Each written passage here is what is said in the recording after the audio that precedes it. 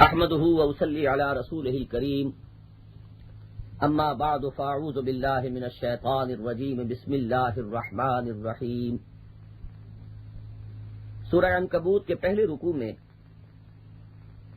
اس گھبراہٹ پر اظہار خفگی کے بعد جو بعض مسلمانوں کی طرف سے اللہ کی راہ میں ایذاؤں، تکلیفوں، مصیبتوں کے ضمن میں کسی درجے میں ظاہر ہوئی تھی، اب اگلی آیت میں ان کی تسلی، دل جوئی اور تشفی کے ضمن میں ان کفار اور مشرکین کی طرف اشارہ کرتے ہوئے جو انہیں ستا رہے تھے، جن کے ہاتھوں انہیں ایذائیں پہنچ رہی تھیں، وہ ابو جہل جو حضرت سمیہ رضی اللہ تعالی عنہا کو برچھا مار رہا تھا اور جس نے حضرت یاسر رضی اللہ تعالی عنہ کو شہید کیا، اور اس طور سے شہید کیا کہ 4 مضبوط توانا جوان سانڈ اونٹ لیے، چاروں سے رسے باندھے اور ایک رسے سے ان کا ایک ہاتھ اور دوسرے سے دوسرا بازو اور تیسرے سے ایک ٹانگ اور چوتھے سے دوسری ٹانگ باندھی گئی، اور پھر چاروں کو جو دوڑایا گیا ہے تو جسم کے پرخچے ہو گئے۔ امیہ ابن خلف جو حضرت بلال کو ستا رہا ہے، یہ آیہ مبارکہ اب ان کی طرف اشارہ کر رہی ہے۔ ہم حسب الذین یعملون السیئات ان یسبقونا، کیا ان لوگوں نے جو ان برائیوں میں مبتلا ہے، جو ہمارے چاہنے والوں کو ستا رہے ہیں، کیا انہوں نے یہ گمان کیا ہے کہ وہ ہماری پکڑ سے بچ نکلیں گے؟ ساء ما یحکمون، بڑی بری رائے ہے جو انہوں نے قائم کی۔ اس میں ان سے تخاطب نہیں ہے، بات ان سے کہنی مقصود ہی نہیں، یہ در حقیقت مسلمانوں کو سنایا جا رہا ہے، ان کے زخمی دلوں پر مرہم کا پہا رکھا جا رہا ہے۔ یہ نہ سمجھو کہ یہ ہماری پکڑ سے بچ نکلیں گے، یہ تو ہماری حکمت کے تحت ہے کہ ہم نے ان کی رسی دراز کی ہے۔ تمہاری آزمائش بھی ہمیں مطلوب ہے، تمہیں بھی ان آزمائشوں کی بھٹیوں سے گزار کر کندن بنانا مطلوب ہے، اس لیے ہم نے ان کی رسی دراز کر دی۔ لیکن اگر وہ یہ گمان کرتے ہیں کہ وہ ہماری پکڑ سے بچ نکلیں گے تو بڑا غلط خیال ہے، اور تم بھی مطمئن رہو، ان میں سے ہر ایک کو اپنے کیے کی بھرپور سزا مل کر رہے گی۔ یہ ہے ان کی تسلی و تشفی اور دلجوئی کا انداز۔ آگے فرمایا مزید تسلی کے لیے، مزید دلجوئی کی خاطر، من کان یرجو لقاء اللہ فإن اجل اللہ لآت، جو کوئی اللہ سے ملاقات کا امیدوار ہے، اشارہ اہل ایمان کی طرف، تم یہ سب کچھ جھیل رہے ہو لقاء اللہ کی امید میں، اس امید میں کہ ایک دن آئے گا کہ اپنے پروردگار کے حضور میں حاضر ہوگے، اپنے محبوب کے سامنے تمہاری پیشی ہوگی، اس سے ملاقات ہوگی۔ یہ سب کچھ جو جھیل رہے ہو، برداشت کر رہے ہو، یہ مصیبتیں جو سہ رہے ہو اس دن کی امید میں، تو مبادا کبھی شیطان تمہارے دل میں یہ وسوسہ پیدا کر دے کہ پتہ نہیں وہ دن آئے گا بھی کہ نہیں، وہ مطمئن رہیں ان اجل اللہ لآت، اللہ کا وہ مقرر کیا ہوا وقت آ کر رہے گا، وہ اٹل ہے، وہ شدنی ہے، وہ ہو کر رہنے والی بات ہے، اس میں کسی شک و شبے کی گنجائش نہیں، تمہارا اجر محفوظ ہے۔ وَهُوَ السَّمِيعُ الْعَلِيمُ، اور جس کے لیے یہ سب کچھ جھیل رہے ہو وہ کوئی بے خبر ہستی نہیں ہے، وہ بات نہیں ہے کہ مر گئے ہم انہیں خبر نہ ہوئی، وہ سب کچھ سننے والا ہے، سب کچھ جاننے والا ہے، اس کی نگاہوں کے سامنے ہے جو کچھ ہو رہا ہے۔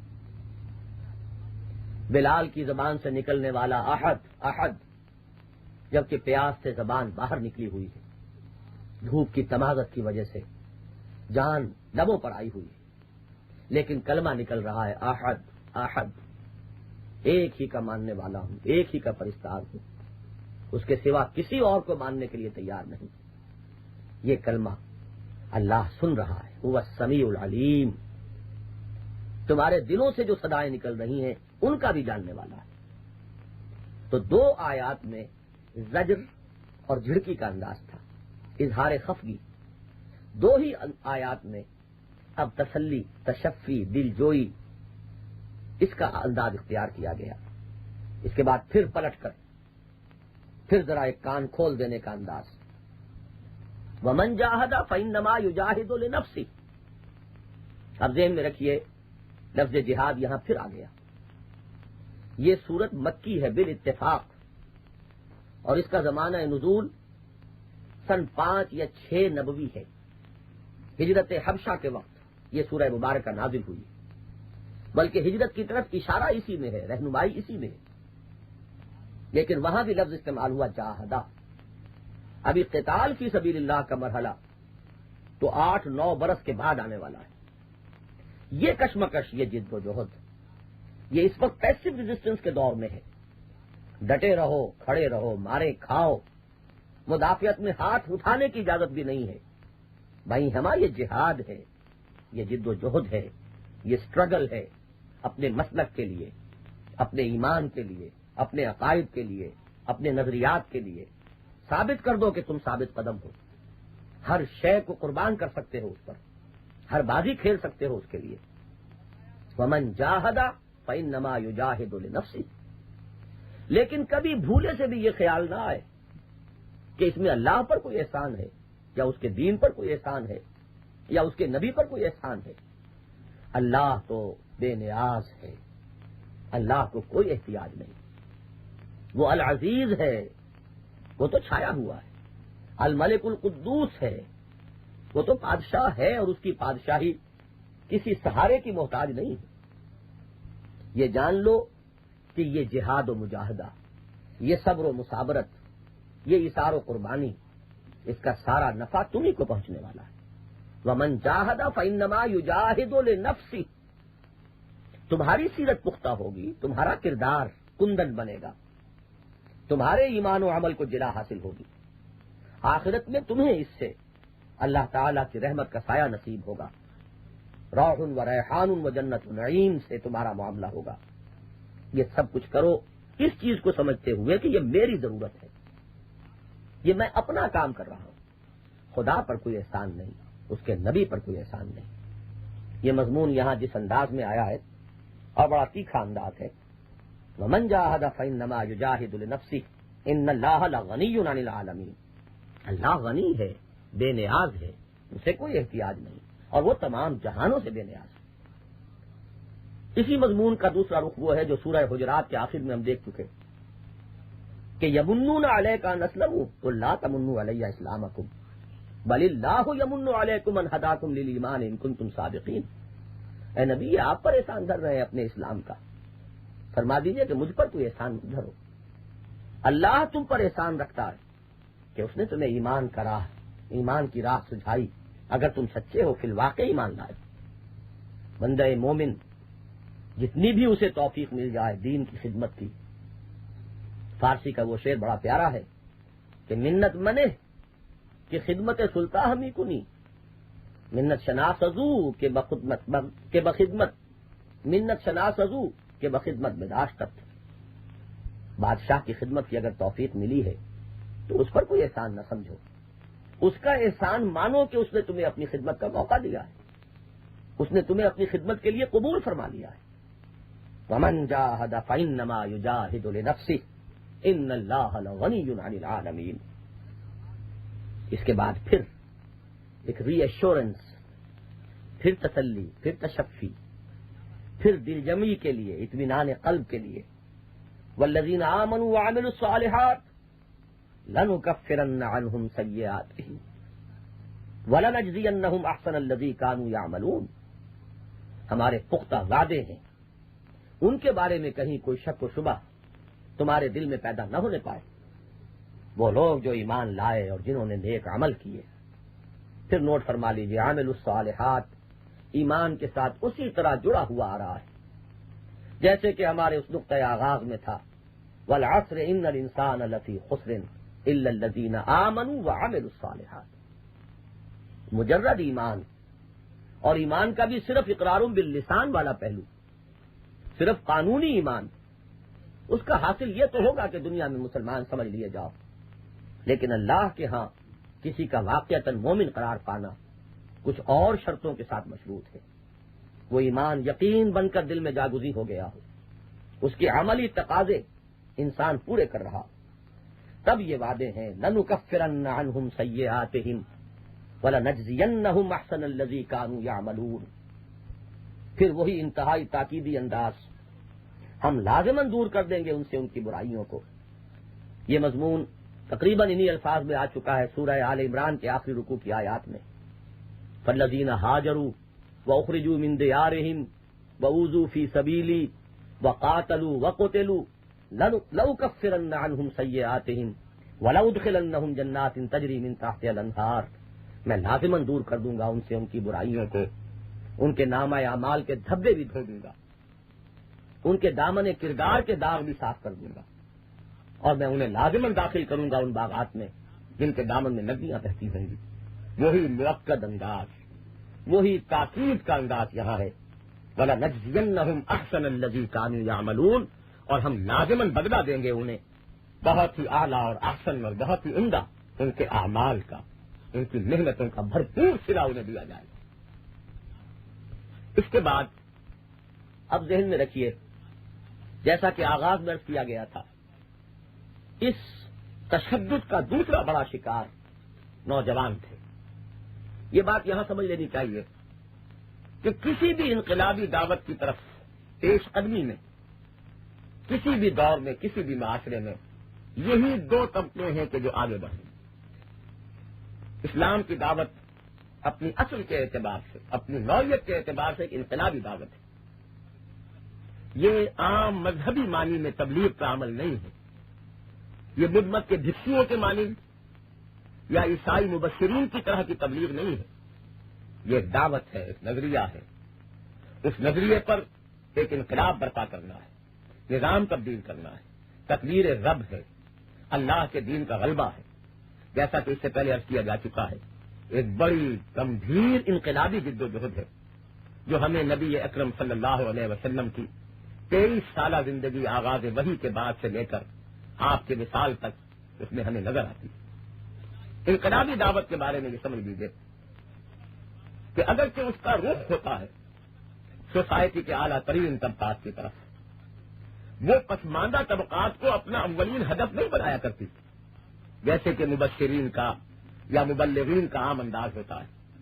گرے پڑے پسے ہوئے طبقات, دبے ہوئے طبقات, ان کی دلجوئی کر کے, کچھ ان کی خدمت کر کے, کچھ دودھ کے ڈبے تقسیم کر کے, اور ان کے دلوں میں ایک نرم گوشہ پیدا کر لیا جائے.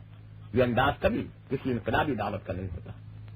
وہ تو ایک فکر کو پیش کرتی ہے, ایک نظریہ ہے, اور اسے اس کے فیس ویلیو پر قبول کرنے کی دعوت دیتی ہے. چنانچہ اسلام کی دعوت کا مزاج ہمیشہ یہ رہا ہے کہ سوسائٹی کے اعلیٰ ترین طبقات اس کے اولین مخاطب ہیں. حضرت موسیٰ کو بھیجا گیا کہ اذهب الى فرعون انه طغى, جاؤ فرعون کے پاس.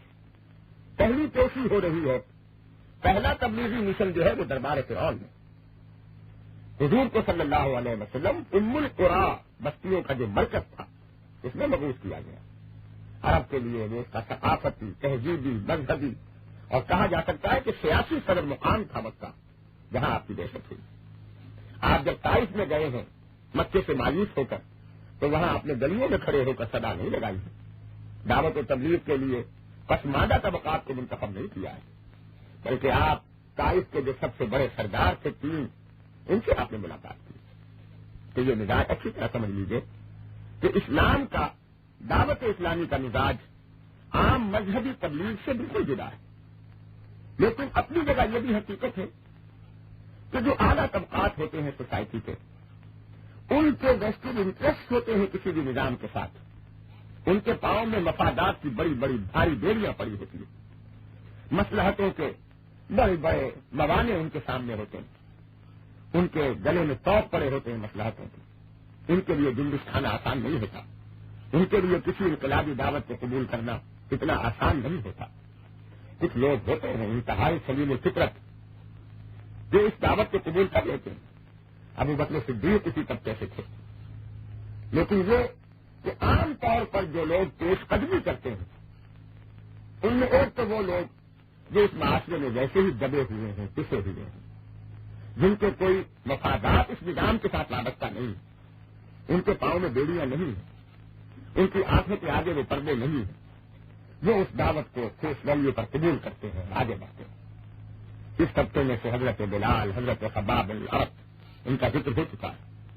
دوسرا طبقہ جو کسی بھی انقلابی دعوت کی طرف پیش قدمی کرتا ہے وہ نوجوانوں کا طبقہ ہوتا ہے، اس لیے کہ یہ عمر وہ ہوتی ہے کہ اس میں ابھی ولولہ، امنگ، ابھی مصلحت کوشی اور مصلحت دینی مسلط نہیں ہوئی ہوتی، ان کے اندر جس میں جان میں وہ حرارت ہوتی ہے، ابھی ضمیر جو ہے وہ مفادات سے اتنا شکست نہیں کھا چکا ہوتا کہ کسی بات کو حق سمجھنے کے باوجود پھر بھی اسے رد کر دیں، کسی بھی انقلابی دعوت کا حراول رستہ بنتے ہیں نوجوان۔ چنانچہ یہ ایک واقعہ ہے کہ حضور پر بھی ایمان لانے میں قریش کے جو سربراہوردہ خاندان تھے، شرفاء کے خاندان، ان میں سے نوجوانوں نے پیش قدمی کی۔ حضرت سعد بن ابی وقاص رضی اللہ تعالیٰ عنہ یہ بالکل تین ایجنٹ میں سے تھے۔ حضرت مصعب بن عمیر رضی اللہ تعالیٰ عنہ یہ بھی اسی عمر سے، اسی دور سے گزر رہے تھے۔ حضرت علی معروف ترین شخصیت، چلیے ان کے بارے میں یہ کہیے کہ وہ تو پہلے ہی اپنے تھے، گھر کے پد تھے، لیکن اور بھی نوجوانوں میں سے بہت سے لوگ تھے جو ایمان لائے۔ ان نوجوانوں پر بھی تشدد بھی ہوا۔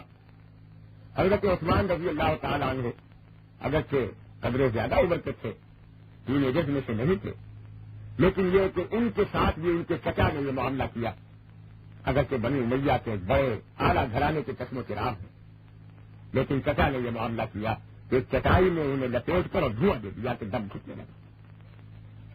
ان نوجوانوں کو اس جسمانی ایذا یا تشدد کے علاوہ مزید جو ایک مسئلہ درپیش ہوا وہ ان کے والدین کی طرف سے نوجوانوں کو اس جسمانی اذیت اور ایذا کے علاوہ اس پر مستعد ایک اور مسئلے سے بھی سابقہ تھا، اور وہ یہ کہ ان کے والدین اپنے حقوق کا واسطہ دیتے تھے۔ ہم تمہارے والدین ہیں، ہمارے تم پر حقوق ہیں، ہم تم سے کہتے ہیں کہ اپنے آبائی دین پر رہو، اس نئے دین سے واپس لوٹ آؤ۔ اب ظاہر ہے ٹین ایجرز میں سے، بالکل نوعمر لوگوں میں سے جن لوگوں نے محمد الرسول اللہ صلی اللہ علیہ وسلم کی دعوت پر لبیک کہا، ان کے بارے میں بات بالکل اظہر من الشمس ہے کہ انتہائی سلیم الطبع لوگ ہوں گے، انتہائی سلیم الفطرت نوجوان ہوں گے۔ ان کی سلامتی طبع اور سلامتی فطرتی کا یہ بھی تقاضا کہ وہ اپنے والدین کا احترام، ان کا ادب، ان کے حقوق سے بے خبر نہیں تھے، لہذا ان کے لیے یہ مرحلہ بڑا ایک پریشانی کا کہ اب کیا کریں، والدین کے حقوق ہیں، ان کا ادب ہمیں ملحوظ رکھنا ہے، اور وہ دباؤ ڈال رہے ہیں، وہ اپنے حقوق کا واسطہ دے رہے ہیں۔ اس سلسلے میں ایک واقعہ بڑا عجیب ہوا، حضرت سعد بن ابی وقاص کے ساتھ رضی اللہ تعالی عنہ، جو بعد میں فاتح ایران ہوئے ہیں، عشرہ مبشرہ میں سے ہیں، یہ بھی ان نوعمر نوجوانوں میں سے تھے۔ والد فوت ہو چکے تھے، ماں نے بڑی محبت سے پالا تھا، بڑی ہی محنت اور مشقت سے ان کی تربیت کی تھی۔ انتہائی محبت کرنے والی ماں اور انتہائی سعادت مند بیٹا ہے سعد، لیکن سعد اس کی سعادت کا یہ مظہر بھی ہوا کہ محمد الرسول اللہ صلی اللہ علیہ وسلم کے ہاتھ پر بیعت کر رہا ہے، ایمان لے آیا ہے۔ مشرک ماں نے اب اپنا پورا وزن ایک پلڑے میں ڈالا، ہم آج کی اصطلاح میں کہیں گے بھوک ہڑتال کر دی۔ اس نے اعلان کر دیا نہ کچھ کھاؤں گی نہ پیوں گی، اپنے آپ کو ہلاک کر لوں گی اگر سعد اپنے آبائی دین میں واپس نہ آیا۔ اب آپ غور کیجئے کیسی ایک کشمکش سے، کیسے ایک آزمائش سے حضرت سعد اس وقت دوچار ہوئے۔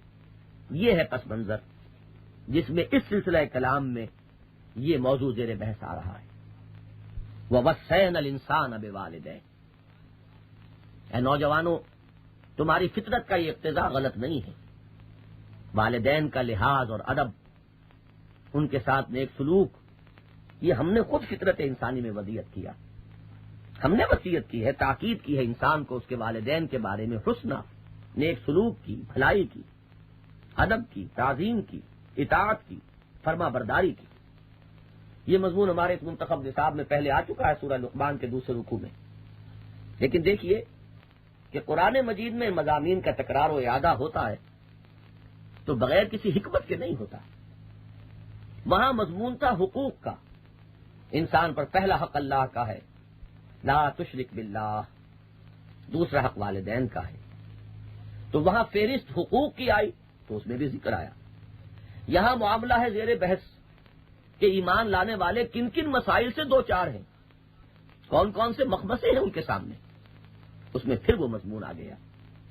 فرمایا وَإِن جَاهَدَاكَ لِتُشْرِكَ بِي مَا لَيْسَ لَكَ بِهِ عِلْمٌ فَلَا تُطِعْهُمَا. لیکن ہر ایک شے کی ایک حد ہے. فوق کل ذی علم علیم. ہر صاحب حق پر کوئی اور ہے صاحب حق. تمام حقوق میں فائق ترین حق جو ہے وہ اللہ کا ہے. والدین کا حق مسلم، لیکن اگر وہ تم سے جھگڑیں، جہاد کریں، یہاں بھی نوٹ کیجئے لفظ جہاد مشرک والدین کے لیے استعمال ہو رہا ہے. ان کی کوشش، ان کا شرک کے حق میں اپنا دباؤ استعمال کرنا، یہ ان کا مجاہدہ ہے فی سبیل شرک، فی سبیل طاغوت، فی سبیل شیطان. وَإِن جَاهَدَاكَ لِتُشْرِكَ بِي مَا لَيْسَ لَكَ بِهِ عِلْمٌ فَلَا تُطِعْهُمَا. اس پر مجبور کریں تو وہ اپنے حدود سے تجاوز کر رہے ہیں. ان کا کہنا مت مانو. اِلَيَّ مَرْجِعُكُمْ فَأُنَبِّئُكُم بِمَا كُنتُمْ تَعْمَلُونَ. میری ہی طرف تم سب کو لوٹنا ہے اور پھر میں جتلا دوں گا، کھول کھول کر سب کے سامنے رکھ دوں گا جو کچھ کہ تم کرتے رہے تھے. معلوم ہوا کہ یہ ہے وہ ایک خاص مسئلہ جو اہل ایمان میں سے جو نوجوان طبقہ تھا اسے درپیش تھا. ان کی ذہنی الجھن، اس کا حل پیش کر دیا گیا. آگے پھر آ رہی ہے وہی ری ایشورنس والا مضمون، وہی آیت. اور بہت غور طلب ہوگا یہاں معاملہ کہ یہاں یہ اعادہ کیوں ہو رہا ہے. والذین آمنوا وعملوا الصالحات لندخلنہم فی الصالحین. اور وہ لوگ جو ایمان لائے اور جنہوں نے نیک عمل کیے، پھر وہی ایمان اور عمل صالح، ایمان اور اس کا عملی تقاضا. اور یہاں ذہن میں رکھیے سیاق کلام، کانٹیکسٹ، پس منظر جس میں گفتگو ہو رہی ہے، اس میں یہ عمل کون سے ہیں. ابھی تو نماز کی تو فرضیت بھی نہیں ہوئی، روزے کا کوئی حکم آیا ہی نہیں، زکوٰۃ کا ابھی کوئی نظام دور دور تک نہیں ہے. یہ کون سا عمل ہے عمل صالح؟ یہ در حقیقت ایمان کا جو بھی تقاضا ہے، ایمان کا مظہر عملی، اللہ اور آخرت اور رسالت پر ایمان کے جو نتائج نکلنے چاہیے انسان کے طرز عمل میں، وہ ہے عمل. یعنی ترجمہ کیا جائے تو ایمان اور اس کے عملی تقاضے یہ درست ہوگا. اس لیے کہ ہمارے ذہنوں میں جو عمل صالح کا نقشہ بنا ہوا ہے یہ تو ابھی بعد میں وجود میں آنے والا ہے. والذین آمنوا وعملوا الصالحات لندخلنہم فی الصالحین. وہی تاکیدی انداز، انتہائی مؤکد پیرایا. ہم لازماً داخل کریں گے انہیں صالحین میں، نیکوکاروں میں. سوچئے یہ اعادہ کیوں ہو رہا ہے. ابھی آیت گزری تھی والذین آمنوا وعملوا الصالحات لنکفرن عنہم سیئاتہم ولنجزینہم احسن الذی کانوا یعملون. ذرا تأمل فرمائیں، غور کریں تو بڑا پیارا مسئلہ سامنے آئے گا. کیونکہ معاملہ تھا نوجوانوں کا زیر بحث جو اپنے والدین سے کٹ رہے تھے، جنہیں اپنے رشتہ داروں سے تعلق کاٹنا پڑ رہا تھا. ان کے زخمی دلوں پر مرہم رکھا جا رہا ہے. تم صرف کٹے ہی نہیں ہو، کسی سے جڑے بھی ہو. اب تمہارا تعلق قائم ہوا ہے محمد الرسول اللہ سے صلی اللہ علیہ وسلم، صالحین سے، نیکوکاروں سے. یہ صدمہ جو ایک سلیم الطبع انسان محسوس کرتا ہے کہ میں کٹ گیا اپنے عزیزوں سے، اپنے رشتہ داروں سے، جس کی دہائی دی ابو جہل نے عین میدان بدر میں جو دعا اس نے مانگی ہے وہ اس اعتبار سے بھی بڑی عجیب ہے کہ اس نے وہاں کسی لات اور عزا اور حبل اور کسی منات الثالثہ کسی کی دہائی نہیں دی. پکارا ہے تو اللہ کو، اللہم اے اللہ اقطعنا للرحم فاخذہ اليوم. جس نے ہمارے رشتے کاٹ دیے، جس نے رحمی رشتے توڑ دیے، وہ دہائی دے رہا ہے محمد الرسول اللہ صلی اللہ علیہ وسلم کے خلاف. اور اس کے نزدیک حضور کا سب سے بڑا جرم یہ ہے کہ اس نے باپ کو بیٹے سے جدا کر دیا، بھائیوں کو بھائیوں سے علیحدہ کر دیا، بیویوں اور شوہروں میں جدائی ڈال دی. ہماری قومی جمعیت منتشر ہو کر رہ گئی، ہمارا شیرادہ پراگندہ ہو کر رہ گیا. اللہم اقطعنا للرحم فاخذہ اليوم یا فاہنہ الغدات، دو روایات آتی ہیں. کل اسے رسوا کر دیجو کہ آج کے دن اسے رسوا کر۔ یہ ہے وہ بات جس کے لیے یہاں ان نوجوانوں کے زخمی دلوں پر مرہم رکھا جا رہا ہے۔ تم اگر کٹے ہو تو جڑے بھی ہو۔ وہ جڑنا وہ جس کی طرف اشارہ کیا جا چکا ہے سورہ فاتحہ کے درس میں، اہدنا الصراط المستقیم صراط الذین انعمت علیہم، اور وہ منعم علیہم کون ہیں؟ من یطع اللہ ورسولہ ومن یطع اللہ ورسولہ فاولئک مع الذین انعم اللہ علیہم من النبیین والصدیقین والشہداء والصالحین وحسن اولئک رفیقا۔ تم اگر آباء و اجداد سے کٹ گئے، اپنے بھائی بندوں سے تمہارا تعلق منقطع ہو گیا، تو ملول و غمگین نہ ہو، تمہیں منعم علیہم کی رفاقت نصیب ہو گئی ہے۔ لندخلنہم فی الصالحین، قیامت میں اٹھو گے تو انبیاء اور رسولوں اور صدیقوں اور شہیدوں اور صالح المومنین کے ساتھ تمہارا اٹھنا ہوگا، تمہارا حشر ہوگا ان کے ساتھ، تم پھر داخل ہوگے جنات میں ان کے ساتھ۔ وادخلنا الجنۃ مع الابرار یا عزیز و یا غفار۔ یہ ہے وہ مضمون کہ جس کی وجہ سے یہاں اس کا اعادہ کیا گیا۔ اس کے بعد اب وہ مضمون آ رہا ہے جو کسی قدر اس سے پہلے منافقت کی حقیقت کے ضمن میں، جو اس سے قبل کسی قدر وضاحت کے ساتھ منافقت کے وضاحت کے ضمن میں بیان ہو چکا ہے، سورہ منافقون میں بھی اور اس سے پہلے بھی۔ یہاں نوٹ کر لیجئے کہ یہ مکی صورت ہے، مکے کا ابتدائی دور، یا زیادہ سے زیادہ کہیے کہ وسطی دور، اس سے آگے کا معاملہ نہیں ہے۔ ابھی جو معروف نفاق ہے اس کا مسلمانوں کی صفوں میں کہیں دور دور تک نشان نہیں۔ جو تصورات نفاق کے بارے میں ذہنوں میں بیٹھے ہوئے ہیں، ابھی کوئی دھوکہ دینے کے لیے مسلمان ہو اس کا کوئی سوال نہیں۔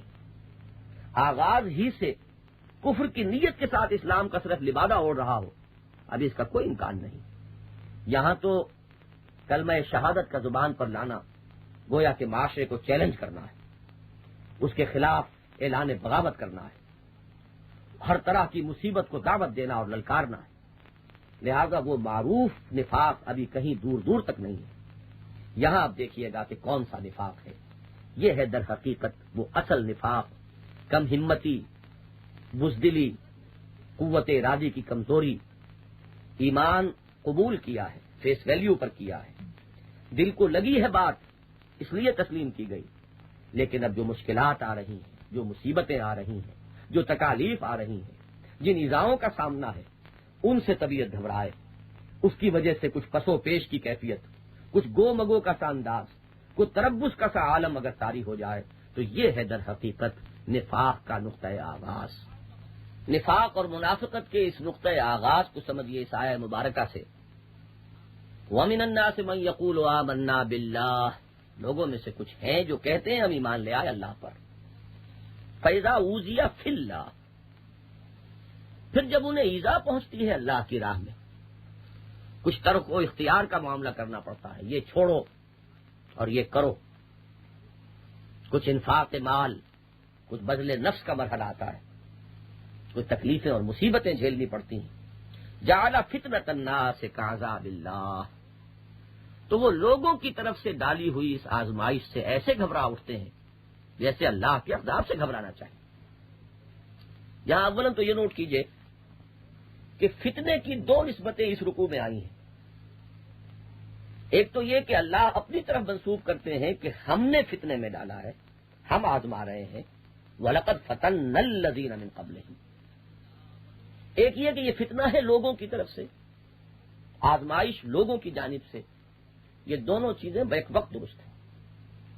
ابو جہل ستا رہا ہے، امیہ ابن خلف تکلیف پہنچا رہا ہے، لیکن بغیر اذن رب نہیں، اللہ کی طرف سے جو فاعل حقیقی ہے، جو مؤثر حقیقی ہے، جس کے بغیر اذن پتہ تک جنبش نہیں کر سکتا، یہ دونوں چیزیں بیک وقت شامل ہیں۔ بلال پر جو کچھ بیت رہا ہے اس کے لیے اس کا کاسب امیہ ابن خلف ہے، آل یاسر پر جو بیت رہی ہے اس کا کمانے والا ابو جہل ہے، لیکن فاعل حقیقی اللہ تعالی ہے۔ آزما رہا ہے اللہ، اگرچہ اس کی آزمائش ابو جہل کے ہاتھوں یا امیہ ابن خلف کے ذریعے سے اہل ایمان تک پہنچ رہی ہے۔ تو دونوں نسبتیں بیک وقت درست. وَلَقَدْ فَتَنَّا ہم نے آزمایا. اور یہاں فتنۃ الناس لوگوں کی طرف سے ڈالی ہوئی اس آزمائش اور ایذا سے ایسے گھبرا اٹھنا جیسے کہ اللہ کے عذاب سے گھبرایا جائے. یہ تھردلے لوگ، یہ کم ہمتیں لوگ، یہ گھبرا اٹھنے والے لوگ، یہ پس و پیش میں مبتلا ہو جانے والے لوگ، ان کی سیرت کا ایک دوسرا رخ ہے جو اگلے الفاظ میں واضح کیا گیا. وَلَئِن جَاءَ نَصْرٌ مِّن رَّبِّكَ لَيَقُولُنَّ إِنَّا كُنَّا مَعَكُمْ. آزمائش کا وقت آتا ہے پیچھے ہٹتے ہیں. اگر کہیں کوئی فتح نصیب ہو جائے، اللہ کی مدد آ جائے، کوئی مال غنیمت ہے، کوئی اور فتح کے کامیابی کے ثمرات ہیں کہ جن سے متمتع ہونے کا مرحلہ ہے، تو یہ سب سے آگے ہوں گے. یہ کہیں گے کہ کیا ہم تمہارے ساتھ نہ تھے؟ ہم بھی تمہارے ساتھ تھے. ہمیں بھی ان ثمرات سے متمتع ہونے کا حق حاصل ہے. ہمیں بھی اس مال غنیمت میں سے پورا پورا حصہ ملنا چاہیے. یہ ہے وہ کردار. اچھی طرح ذہن میں رکھیے، کردار کو پہچانیے. یہ کوئی معین اشخاص کا معاملہ نہیں ہے، یہ کسی ایک معین دور سے متعلق معاملہ نہیں ہے. یہ ایک کردار ہے. دعوت، انقلاب کی دعوت جب بھی ہوگی، انقلابی دعوت کا جب بھی کہیں معاملہ ہوگا، تین کردار بالکل نمایاں ہوں گے، ہمیشہ موجود رہیں گے. ایک وہ جو اس کو قبول کریں، جیسا کہ اس سے پہلے ایک مرحلے پر عرض کیا گیا تھا، ہرچ باد آباد کی شان کے ساتھ. ہرچ باد آباد ماں کشتی دراب انداختے. اب جو ہو سو ہو، ہم نے کشتی ڈال دی ہے پانی میں، اب یہ تیرے گی تو ہم تیریں گے، یہ ڈوبتی ہے تو ہم ڈوبیں گے. جو آئیڈینٹیفائی کریں کمپلیٹلی اپنے آپ کو اس کاز کے ساتھ. ایک وہ قوت ہوگی جو اس نظام کو، نظام کہنا، اس نظام باطل کو بچانے کے لیے کھل کر میدان میں آئے گی، کھلم کھلا مقابلہ کرے گی. وہ اپنے آپ کو آئیڈینٹیفائی کرے گی ٹوٹلی اس نظام کے ساتھ کہ جو پہلے قائم ہے. یہ مقابلہ ہے، یہ مجاہدہ ہے، ان کے مابین ہے مقاتلہ. ایک عنصر درمیان میں رہے گا جو اس فیصلہ کن انداز میں بازی کھیلنے کا قائل ہی نہیں ہے، جسے ہر جانب سے مفادات ہی عزیز ہیں. لا الہ الا ولا الہ الا. نہ وہ ادھر اپنے آپ کو آئیڈینٹیفائی کرے گا، نہ ادھر یکسو ہو کر ان کے ساتھ دے گا، بلکہ وہ بین بین رہے گا، منتظر رہے گا. دیکھیں اونٹ کس کروٹ بیٹھتا ہے. انہیں فتح ہو جائے تو ہم ان کے ساتھی، اور اگر کہیں وہ جیت جائیں تو کوئی نہ کوئی جگہ برقرار رکھنی چاہیے کہ ان کے پاس بھی جا کر ہم اپنی کسی وفاداری کا، ہم اپنی کسی سابقہ خدمات کا حوالہ دے کر اور ان سے بھی کسی درجے میں ان کی فتح میں سے حصہ لینے کے قابل رہ سکیں. یہ کردار ہے منافقانہ کردار. یہ ہے کردار جس کو یہاں پہچانیے. وَمِنَ النَّاسِ مَن يَقُولُ آمَنَّا بِاللَّهِ فَإِذَا أُوذِيَ فِي اللَّهِ جَعَلَ فِتْنَةَ النَّاسِ كَعَذَابِ اللَّهِ وَلَئِن جَاءَ نَصْرٌ مِّن رَّبِّكَ لَيَقُولُنَّ إِنَّا كُنَّا مَعَكُمْ. وہ لازماً کہیں گے کہ ہم بھی تو تمہارے ہی ساتھ تھے. أَوَلَيْسَ اللَّهُ بِأَعْلَمَ بِمَا فِي صُدُورِ الْعَالَمِينَ. تو کیا اللہ تعالی زیادہ باخبر نہیں ہے اس سے کہ جو کچھ لوگوں کے سینوں میں ہے؟ جہان والوں کے سینوں کے پوشیدہ اسرار اللہ سے بڑھ کر کون جانتا ہے؟ یہ کسے دھوکہ دے رہے ہیں؟ یہ کس کو چاہتے ہیں دھوکے میں مبتلا کرنا؟ یہ کس کو چاہ رہے ہیں فریب دینا؟ یخادعون اللہ والذین آمنوا وما یخدعون الا انفسهم. یہ دھوکہ دینا چاہتے ہیں اللہ کو اور اہل ایمان کو، درا حال ہے کہ یہ دھوکہ نہیں دے رہے مگر صرف اپنے آپ کو. اولیس اللہ بعالم بما فی صدور العالمین. کس سے معاملہ ہے؟ اگر تو اللہ سے معاملہ ہے تو جان لو کہ وہ تو کھلے اور چھپے کا جاننے والا ہے. وہ جو کچھ کے لوگوں کے سینوں میں ہے اس سے آگاہ ہے، نیتوں اور ارادوں سے واقف ہے. اور اب یہاں پردہ اٹھا دیا گیا. اس سورہ مبارکہ کے آغاز میں آیا تھا فَلَيَعْلَمَنَّ اللَّهُ الَّذِينَ صَدَقُوا وَلَيَعْلَمَنَّ الْكَاذِبِينَ. اللہ بالکل کھول کر رکھ دے گا، نمایاں کر دے گا، صاف طور پر جدا کر دے گا کون ہے سچے کون ہے جھوٹے. وہاں جو سچے اور جھوٹے سے جو حقیقتاً جو مراد تھی اب اس پر سے پردہ اٹھا دیا گیا. یہاں وَلَيَعْلَمَنَّ اللَّهُ الَّذِينَ آمَنُوا وَلَيَعْلَمَنَّ الْمُنَافِقِينَ. اور اللہ تو کھول دے گا، علم نشرح کر دے گا، بالکل واضح کر دے گا کون ہے وہ کہ جو واقعتاً صاحب ایمان ہے، حقیقتاً مومن ہے، جو ایمان لائے ہیں تو قلب و ذہن کی یکسوئی کے ساتھ، جنہوں نے فیصلہ کیا ہے کہ ہر چیز بعد آباد. اور کون ہے وہ جو وہ تحفظ کو پیش نظر رکھ کر آئے ہیں، جو جان اور مال کے بچاؤ کو مد نظر رکھتے ہوئے آئے ہیں. کون ہے جنہوں نے اس گوہ کی طرح اپنا دل اس طرح کا بنایا ہے کہ ادھر سے بھی بھاگ نکلنے کا امکان رہے اور ادھر سے بھی بھاگ نکلنے کا موقع رہے. کون ہے وہ دو رخے، کون ہے وہ کم ہمتیں اور بودے کہ جو اللہ کی اس راہ پر بڑھ کر آزمائشوں اور تکلیفوں سے بددل ہو جانے والے ہیں. وَلَيَعْلَمَنَّ اللَّهُ الَّذِينَ آمَنُوا وَلَيَعْلَمَنَّ الْمُنَافِقِينَ. پھر نوٹ کر لیجئے، مکی صورت ہے، مکے کی بھی زیادہ سے زیادہ درمیانی زمانے سے متعلق صورت ہے، لیکن یہاں لفظ نفاق، یہاں پہ منافقت کا ذکر آ رہا ہے، اور یہ ہے اس کا نقطۂ آغاز، یہ ہے اصل جڑ اور بنیاد. اس کے بعد انہی نوجوانوں کا ایک اور مسئلہ زیر بحث آ رہا ہے، وہ کہ جن پر ان کے والدین کا بھی دباؤ تھا. اسی طریقے سے ان کے بڑے، ان کے بزرگ، ان کے ناصح، ان کے مشفق، ان کے خیر خواہ بڑے ہی ناصحانہ انداز میں، بڑے ہی مشفقانہ انداز میں، بڑے ہی خیر خواہانہ انداز میں ایک بات ان سے کہتے ہیں. اور اس کا بھی تجربہ ہر اس نوجوان کو ہوگا جو کسی انقلابی دعوت سے کسی وقت منسلک ہو. یہ باتیں وہ ہیں کہ جو فی الواقع ہوتی ہیں، یہ واقعات ہیں، یہ حقائق ہیں. وَقَالَ الَّذِينَ كَفَرُوا لِلَّذِينَ آمَنُوا اتَّبِعُوا سَبِيلَنَا. اور کہا ان لوگوں نے جو کفر کی روش پر قائم رہے، جنہوں نے انکار کی روش اختیار کی، ان لوگوں سے کہ جو ایمان لائے، اتبعوا سبیلنا، اتباع کیے جاؤ ہمارے ہی راستے کا، چلے آؤ، بڑھے آؤ انہی نقوش پا پر، انہی نقشۂ قدم پر. بزرگوں کا راستہ، اسلاف کا راستہ، آباء و اجداد کی ریت، اپنے بڑوں کی رسوم، ان کو ترک کرنا کیا معنی دارت. اتبعوا سبیلنا، اتباع کیے آؤ، بڑھے آؤ ہمارے راستے پر. وَلْنَحْمِلْ خَطَايَاكُمْ، ہم اٹھا لیں گے تمہاری خطاؤں کا بوجھ. یہ در حقیقت کسی پر آخری درجے میں ترغیب کے انداز میں اتمام حجت کی ایک کوشش ہوتی ہے. اگر تم یہ سمجھتے ہو، تمہیں یہ خیال لاحق ہو ہی گیا ہے کہ یہ راستہ غلط ہے، یہ راستہ صحیح نہیں ہے، تو چلو ہمارے ذمہ رہا.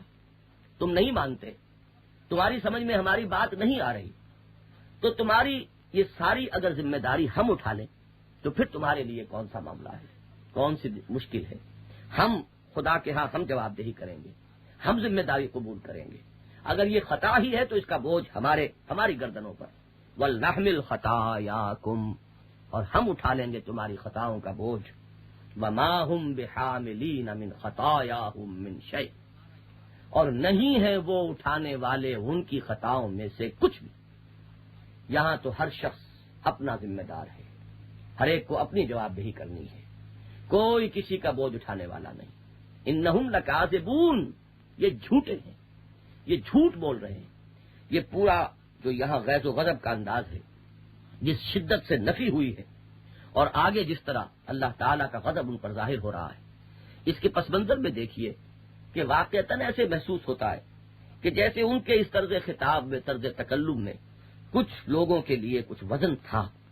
بات ہے، بڑے ہیں، بزرگ ہیں، تجربے کار ہیں، اپنے اس تجربے کے حوالے سے کہتے ہیں ہم نے اپنے بال دھوپ میں سفید نہیں کیے، ہم نے دنیا دیکھی ہے.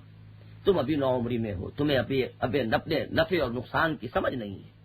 تمہیں کوئی سرفراز شخص ہے جو غلط راستے پر ڈال رہا ہے، وہ تمہاری دنیا برباد کر کے رکھ دے گا. ہمارے راستے پر آؤ. یہ وہ باتیں ہیں جو کہی جاتی ہیں، سننے میں آتی ہیں، اور یہ باتیں کسی وقت انسان کسی ریسیپٹیو موڈ میں ہو تو ان سے کوئی اثر قبول بھی کر لیتا ہے. لہذا وہ زور شور انہم لکاذبون، یہ جھوٹ بول رہے ہیں. ہمارے دین کا معاملہ یہ ہے، چاہے ہمارے ہاں ہمارے اس دور زوال میں جبکہ دینی تصورات مسخ ہو گئے ہیں، باتیں بالکل دوسری طرح کی ہیں جو ذہنوں میں بیٹھ گئی ہیں. کوئی کسی کا بوجھ اٹھا لے گا، کوئی کسی کو چھڑا لے گا، کسی کے دامن سے وابستہ ہو کر نکل جائیں گے، کسی کے ہاتھ میں ہاتھ دے کر معاملہ جو ہے بیڑا پار ہو جائے گا. یہ سارے تصورات ایک طرف رکھیے اور قرآن کا انداز دیکھیے. وَمَا هُمْ بِحَامِلِينَ مِنْ خَطَايَاهُمْ مِنْ شَيْءٍ لَا تَزِرُ وَازِرَةٌ وِزْرَ أُخْرَىٰ، کوئی کسی کا بوجھ اٹھانے والا نہیں. اپنی اپنی گٹھڑی ہے اور اپنا اپنا کاندھا ہے اور اپنا اپنا سر ہے. اپنے بوجھ خود اٹھانے پڑیں گے. ہر شخص مسئول ہے اپنی انڈیویجول کیپیسٹی میں. وَكُلُّهُمْ آتِيهِ يَوْمَ الْقِيَامَةِ فَرْدًا، قیامت میں ہر شخص کو اپنی انفرادی حیثیت میں جواب دہی کرنی ہوگی. تم کیا تھے، تم کہاں تھے، تمہاری صلاحیتوں کا مصرف کیا ہوا، تمہیں جو ہم نے سوچ عطا فرمائی تھی اس کا حاصل کیا تھا؟ یہ دلیل کہ بزرگوں کے نقش قدم کی پیروی کیے چلے جاؤ، اگر کوئی خطا ہے بھی تو وہ ذمہ داری وہ قبول کر لیں گے۔ فرمایا وَلَا يَحْمِلُنَّ أَثْقَالَهُمْ۔ یہاں پہ پھر دیکھیے اس سورہ مبارکہ میں اس پہلے رکوع کا اپنا ایک منفرد اسلوب ہے، کس قدر تکرار کے ساتھ یہ صیغے یہاں آئے ہیں تاکید کے لیے۔ فَلَيَعْلَمَنَّ اللَّهُ الَّذِينَ صَدَقُوا وَلَيَعْلَمَنَّ الْكَاذِبِينَ لَنَجْزِيَنَّهُمْ أَحْسَنَ الَّذِي كَانُوا يَعْمَلُونَ لَنُكَفِّرَنَّ عَنْهُمْ سَيِّئَاتِهِمْ لَنُدْخِلَنَّهُمْ فِي الصَّالِحِينَ وَلَيَعْلَمَنَّ اللَّهُ الَّذِينَ آمَنُوا وَلَيَعْلَمَنَّ الْمُنَافِقِينَ۔ اب پھر اسی انداز میں انتہائی تاکید، وَلَيَحْمِلُنَّ أَثْقَالَهُمْ وَأَثْقَالًا مَعَ أَثْقَالِهِمْ، اور یہ لازماً اٹھائیں گے اپنے بوجھ، ہاں اپنے بوجھوں کے علاوہ کچھ بوجھ۔ یہ ان کا اغوا، یہ ان نوجوانوں کو گمراہ کرنے کی کوشش، یہ ان کو غلط راستے پر ڈالنے کی سعی، اس سے یہ یقیناً اپنے بوجھ میں اضافہ کر رہے ہیں، ان کی ذمہ داری بڑھ رہی ہے، لیکن اس سے کسی نوجوان کی کسی ذمہ داری میں کمی نہیں آئے گی۔ انہیں اپنے فیصلے کا اس کی پوری رسپانسبلٹی، اس کی پوری ذمہ داری خود قبول کرنی پڑے گی۔ یہ دلیل کہ کسی نے یہ کہا اور یہ دلیل کہ کسی نے یہ مجھے اس راستے پر ڈالا، اللہ کے ہاں اس قسم کی کسی دلیل میں کوئی وزن نہیں ہوگا۔ ہر شخص کو جو کچھ دیا گیا ہے، جو صلاحیتیں ہیں، جو سمع و بصر اور جو ذہن و فکر کی قوتیں عطا کی گئی ہیں، اس کی بنیاد پر وہ خود انفرادی حیثیت میں مسئول ہے۔ ہاں لوگوں کو گمراہ کرنے والے، غلط راستے پر ڈالنے والے اپنے بوجھ میں اضافہ کر سکتے ہیں۔ وَلَيَحْمِلُنَّ أَثْقَالَهُمْ وَأَثْقَالًا مَعَ أَثْقَالِهِمْ وَلَيُسْأَلُنَّ، پھر دیکھیے وہی انداز، اور لازماً ان سے باز پرس ہوگی، ان سے پوچھا جائے گا یوم القیامت، قیامت کے دن، عما کانوا یفترون، اس افتراء کے بارے میں، وہ جو جھوٹ گھڑ رہے تھے، وہ جو تہمتیں لگا رہے تھے، وہ جو غلط بات کہہ رہے تھے کہ ہم تمہارا بوجھ اٹھا لیں گے، اس کے بارے میں انہیں جواب دہی کرنی پڑے گی۔ غور کیجئے، یہ ہے 13 آیات سورہ عنکبوت کی۔ یہ بات بھی سامنے رکھیے، اگر سلسلہ کلام معین ہو جائے، کانٹیکسٹ واضح ہو جائے، کن حالات میں گفتگو ہو رہی ہے، کیا مسائل درپیش تھے، کون لوگ ہیں جن کی طرف روح سخن ہے، تو قرآن مجید کی ایک ایک آیت کس طرح خود بولتی ہے، کس طرح ان کے مابین ایک ربط اور تعلق قائم ہوتا چلا جاتا ہے۔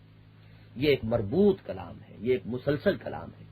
یہ بات ذہن میں رکھیے، ایک خاص ماحول میں اس کا نزول ہوا ہے، ایک خاص قوم میں اس کا نزول ہوا ہے، ایک خاص جماعت تیار ہو رہی ہے اس کلام پاک کے نزول کے ساتھ ساتھ۔ وہ ایک مجاہدے اور مقاتلہ فی سبیل اللہ کے لیے ایک قوت ہے جو منظم ہو رہی ہے۔ ان کے احساسات، ان کے مسائل و معاملات وہ ہیں کہ جن کو قرآن مجید وقتاً فوقتاً، تھوڑے تھوڑے عرصے کے بعد، وقفے سے ان سے بحث کر رہا ہے، اور پھر اس رکوع میں ان مسائب و مشکلات، ان امتحانات، ان آزمائشوں، ان تکالیف اور مصیبتوں کے ضمن میں ایک مکمل ہدایت نامہ موجود ہے۔ ان کے بارے میں نقطہ نظر کیا ہونا چاہیے، یہ تمہارے ایمان کی آزمائش ہے، تمہارے ایمان کی صداقت کا ثبوت اسی سے مہیا ہوگا، یہ تمہارے جذبہ ایمانی کی تربیت کے لیے بھی مطلوب ہے۔ یہ آزمائش ہے اللہ کی طرف سے، اگرچہ بظاہر یہ اللہ کے دشمنوں کے ہاتھوں تم تک پہنچ رہی ہے، اور پھر یہ بھی نہ سمجھو کہ وہ بری ہو جائیں گے، ان کو بھی پکڑا جائے گا۔ ابھی اللہ کی حکمت میں ان کی رسی دراز کرنا ہے، وہ ستا سکیں گے تمہیں جب تک اللہ چاہے گا، لیکن ایک وقت آئے گا کہ وہ اللہ کی گرفت میں آئیں گے۔ تو ان بطش ربک لشدید، تیرے رب کی پکڑ پھر بہت سخت ہے۔ اگر انہوں نے یہ سمجھا ہے کہ بچ نکلیں گے تو بڑا غلط فیصلہ کیا ہے۔ پھر ایمان کی حقیقت، پھر وعدے، یہ سارا کچھ در حقیقت ہمارے اس منتخب نصاب میں ان الانسان لفی خسر الا الذین آمنوا وعملوا الصالحات وتواصوا بالحق وتواصوا بالصبر، یہ تواصی بالصبر کے لیے ایک انتہائی خوبصورت اوپننگ لیسن ہے۔ یہاں وہ تواصی بالصبر کا فریضہ اللہ تعالیٰ خود سر انجام دے رہے ہیں۔ اہل ایمان کو صبر و ثبات کی تلقین، ڈٹے رہو، جمے رہو، اپنے قول پر، اپنے دعوی ایمان میں اس طریقے سے راسخ رہو، ثابت قدم رہو کہ تمہارے قدم میں کہیں کوئی لغزش نہ آنے پائے۔ یہ ہے سورہ مبارکہ کا پہلا رکوع۔ اس کے بعد یہ پوری صورت اگرچہ ایک خاص پہلو سے انہی مضامین پر مشتمل ہے، لیکن اس منتخب نصاب میں اس کا تو امکان نہیں ہے کہ پوری سورہ مبارکہ جو 7 رکوعوں پر مشتمل ہے اس کا درس شامل کیا جا سکے۔ درمیانی 3 رکوعوں میں اللہ تعالی نے انبیاء اور رسل کے حالات سے استشہاد فرمایا ہے۔ اے مسلمانوں، تم پہلی امت نہیں ہو، نہ محمد پہلے رسول ہے صلی اللہ علیہ وسلم، جیسے کہ قرآن مجید میں آیا ہے کہ قل ما کنت بدعا من الرسل، میں کوئی نیا نویلا رسول نہیں ہوں، بہت سے رسول پہلے آئے ہیں۔ یا سورہ آل عمران میں فرمایا وما محمد الا رسول قد خلت من قبلہ الرسل، بہت سے رسول پہلے بھی آئے ہیں۔ ان رسولوں کے ساتھ بھی یہ تمام حالات پیش آئے، ان پر ایمان لانے والوں کو بھی ان تمام گھاٹیوں میں سے گزرنا پڑا ہے، ان تمام آزمائشوں کے مراحل سے وہ بھی 2-4 ہوئے ہیں۔ چنانچہ ایک ایک کا نام لے کر سب سے پہلے حضرت نوح علیہ السلام کا ذکر آیا، خاص طور پر یہ بات نمایاں کی گئی کہ 950 برس تک رہے ہو، دعوت دیتے رہے، مسلسل اعراض، مسلسل انکار، استہزاء اور تمسخر اس کا سابقہ رہا، لیکن ہمارا وہ بندہ ثابت قدم رہا۔ پھر حضرت ابراہیم کی داستان آتی ہے، کون سی آزمائش سے وہ نہ گزرے، گھر سے انہیں نکالا گیا، باپ نے جھڑکی دے کر گھر سے نکال باہر کیا، وہجرنی ملیہ، نکل جاؤ، میری نگاہوں سے دور ہو جاؤ ورنہ میں تمہیں سنسار کر دوں گا۔ بادشاہ وقت کے دربار میں پیشی ان کی ہو رہی ہے، آگ کے الاؤ میں وہ جھونکے جا رہے ہیں، اپنا وطن خیر باد کہہ کر پوری زندگی ایک مسافرت کے عالم میں وہ بسر کر رہے ہیں، آج یہاں ہیں کل وہاں ہیں، کبھی شام کے بالائی علاقے میں ہیں، کبھی فلسطین میں آ کر ڈیرے لگائے ہیں، کبھی مصر میں ہیں، حجاز میں ایک مرکز تعمیر کیا ہے دعوت توحید کا، دوسرے بیٹے کو فلسطین میں بٹھا دیا ہے۔ اللہ کا ایک بندہ اپنے اس یقین پر قائم ہے، اس کا تعلق اپنے گھر والوں سے نہیں، اس کا تعلق آباء و اجداد سے نہیں، اس کا تعلق کسی زمین سے نہیں، کسی وطن سے نہیں، اس کا تعلق ہے تو صرف خدا واحد کے ساتھ ہے۔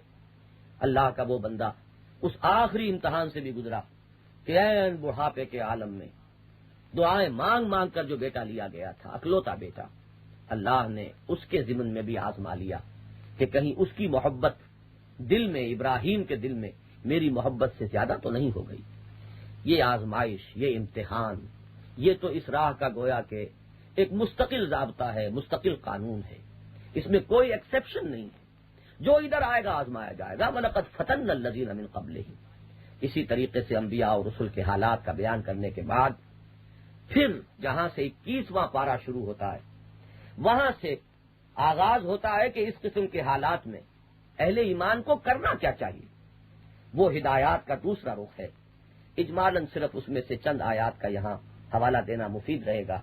ظاہر بات ہے کہ اس پوری عبارت کو 3 رکوعوں پر مشتمل ہم اس مختصر منتخب نصاب میں شامل نہیں کر سکتے۔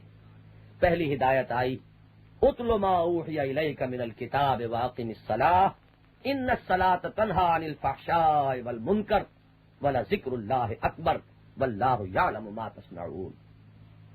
تلاوت کیا کرو اس کی جو وحی کیا گیا ہے آپ کی جانب اے نبی صلی اللہ علیہ وسلم کتاب الہی میں سے، اور نماز قائم رکھو، یقیناً نماز برائی سے اور بے حیائی سے روکنے والی ہے، اور اللہ کا ذکر سب سے بڑی چیز ہے، اور اللہ جانتا ہے جو کچھ کہ تم کر رہے ہو۔ جان لیجئے یہ وہی مضمون ہے جو سورہ منافقون میں ہم پڑھ چکے، ذکر خداوندی ہے۔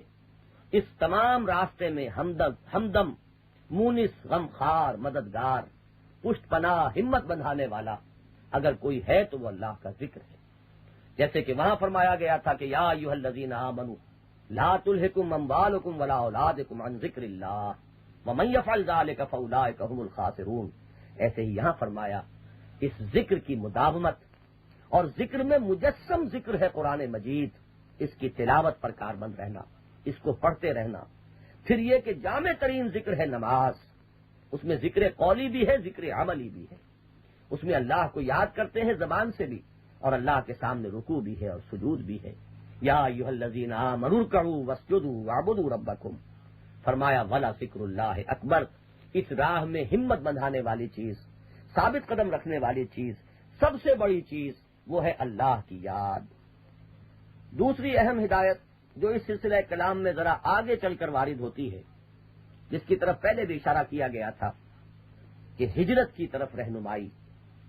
فرمایا یا عبادی الذین آمنوا ان ارضی واسعۃ فایای فاعبدون. اے میرے وہ بندو جو ایمان لائے ہو، میری زمین بہت کشادہ ہے، میری زمین وسیع و عریض ہے، بس تم صرف میری بندگی کرو. اگر کسی ایک مقام پر تمہارے لیے توحید پر کاربند رہنا ناممکن بنا دیا گیا تو تم اس زمین کے ساتھ بندھے نہ رہو. وہ شہر یا وہ ملک یا وہ خطہ ارضی وہ تمہارے قدموں کو روک نہ لے، باندھ نہ دے، بلکہ تم ہجرت کر جاؤ. یہ آیہ مبارکہ ہے جس میں کہ گویا کہ ایک ہدایت دے دی گئی، اشارہ کر دیا گیا کہ اگر مکے کی سرزمین تم پر تنگ ہو گئی ہے تو ہجرت کر جاؤ. در حقیقت اسی ہدایت اور رہنمائی کے تحت ہجرت حبشہ واقع ہوئی. نبی اکرم صلی اللہ علیہ وسلم نے اہل ایمان کو یہ اجازت دی کہ وہ چلے جائیں، حبشہ میں جا کر پناہ گزین ہو جائیں. 2 قافلے گئے، حضرت عثمان رضی اللہ تعالی عنہ بھی ان میں شامل ہیں. اور اس سورہ مبارکہ میں جیسا کہ عرض کیا جا چکا ہے، حضرت ابراہیم کا خاص طور پر جو ذکر آیا ہے، جس طریقے سے ان کی زندگی مسلسل مہاجرت میں گزری ہے، یہ اسی کا ایک عکس ہے کہ یا عبادی الذین آمنوا ان ارضی واسعۃ فایای فاعبدون کل نفس ذائقۃ الموت ثم الینا ترجعون. ہر ایک کو بہرحال مرنا ہے، موت کا ذائقہ ہر ایک کو چکھنا ہے. یہ زندگی عارضی ہے، تکلیفوں اور مشقتوں میں بھی بیت جائے گی اور آرام و آسائش میں بھی بہرحال ختم ہو کر رہے گی. پھر تم سب ہماری طرف لوٹا دیے جاؤ گے. والذین آمنوا وعملوا الصالحات لنبوئنہم من الجنۃ غرفا تجری من تحتہا الانہار خالدین فیہا نعم اجر العاملین. اور وہ لوگ، پھر دیکھیے وہی جو پہلے رکوع میں 2 مرتبہ آیا تھا، وہ مؤکد وعدہ، اور وہ لوگ جو ایمان لائے اور جنہوں نے نیک عمل کیے، ایمان کے عملی تقاضوں کو پورا کیا، ہم لازماً ان کو ٹھکانہ دیں گے، انہیں جگہ دیں گے. اب ہجرت کے ساتھ بڑی مناسبت ہے اس لفظ کی، لنبوئنہم. بوا یبوئ کے معنی کہیں ٹھکانہ دینا، پناہ دینا. ہم ان کے لیے ٹھکانہ بنائیں گے جنت کے ان بالا خانوں میں، بہشت کے ان جھروکوں میں جن کے دامن میں ندیاں بہتی ہوں گی. اور بہت ہی عمدہ ہے یہ عمل کرنے والوں کا اجر، ان کا بدلہ. اور یہ عمل کرنے والے کون ہیں؟ تشریح کر دی، الذین صبروا وعلی ربہم یتوکلون. وہ لوگ کہ جنہوں نے صبر کی روش اختیار کی، جو جھیل گئے، سہار گئے، ثابت قدم رہے، نہ کسی تشدد اور مخالفت سے بددل ہوئے، نہ کسی لالچ اور ٹیمپٹیشن سے انہوں نے اپنی منزل کھوٹی کی.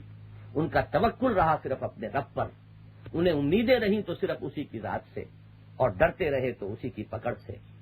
اور آخر میں یہ سورہ مبارکہ ختم ہوتی ہے ایک ایسی نوید جاں فضا پر جو ہر اس شخص کے لیے کہ جو اس قسم کی کسی کشمکش میں مبتلا ہو، بندہ مومن جو صبر و مصابرت کے ان امتحانات سے گزر رہا ہو، آزمائشوں اور تکالیف کے اس دور میں سے گزر رہا ہو، اس کے لیے اس سے بڑی نوید جاں فضا، اس سے زیادہ ری ایشورنگ بات اور کوئی نہیں ہو سکتی. والذین جاہدوا فینا لنہدینہم سبلنا وان اللہ لمع المحسنین. اور وہ لوگ جو ہماری راہ میں جہاد کریں گے، مجاہدہ کریں گے. پھر نوٹ کیجئے لفظ جہاد، مکی صورت، اور وہ زمانہ کہ جبکہ ابھی قتال کا دور دور کہیں کوئی سوال نہیں. یہ مجاہدہ ہو رہا ہے، یہ کشمکش ہے، یہ تصادم ہے، یہ نظریات کا ٹکراؤ ہے، یہ صبر کا صبر کے ساتھ مقابلہ ہو رہا ہے.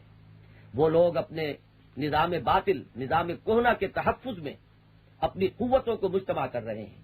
یہاں اہل ایمان ہیں جو اپنے ایمان کے لیے، اپنے رب کے لیے، اس کے دین کی سربلندی کے لیے جان توڑ کوششیں کر رہے ہیں. والذین جاہدوا فینا، وہ لوگ جو ہماری راہ میں جہاد کریں گے، لنہدینہم سبلنا. پھر وہی مؤکد انداز جو عرض کیا گیا تھا. اس سورہ مبارکہ میں یہ صیغہ تاکید آیا ہے بتکرار، شروع میں بھی اور آخر میں پھر، لنہدینہم سبلنا، ہم ان کے لیے اپنے راستے کھولتے چلے جائیں گے. یہ ایک بہت اہم بات ہے، بہت عمدہ اور اعلیٰ وعدہ ہے جو کیا جا رہا ہے. قدم بڑھاؤ تو صحیح، آگے کی منزلوں کے بارے میں زیادہ متفکر ہونے، زیادہ فکر مند ہونے کی ضرورت نہیں. اللہ تمہاری انگلی پکڑ کر تمہیں راستے پر لگائے گا، تمہارے لیے وہاں سے راستے کھولے گا جہاں سے کوئی راستہ کسی کو نظر نہ آ رہا ہو. نبی اکرم صلی اللہ علیہ وسلم سن 10-11 نبوی میں ایسے محسوس ہوتا ہے کہ جیسے کہیں کوئی راستہ دور دور تک نظر نہ آ رہا. مکے سے مایوس ہو کر آپ طائف گئے، وہاں جو کچھ ہوا وہ معلوم ہے. واپس آئے تو کہیں کوئی روشنی، کدھر جائیں، کہاں سے راستہ نکلے گا. لیکن اللہ تعالیٰ نے راستہ گھر بیٹھے کھول دیا.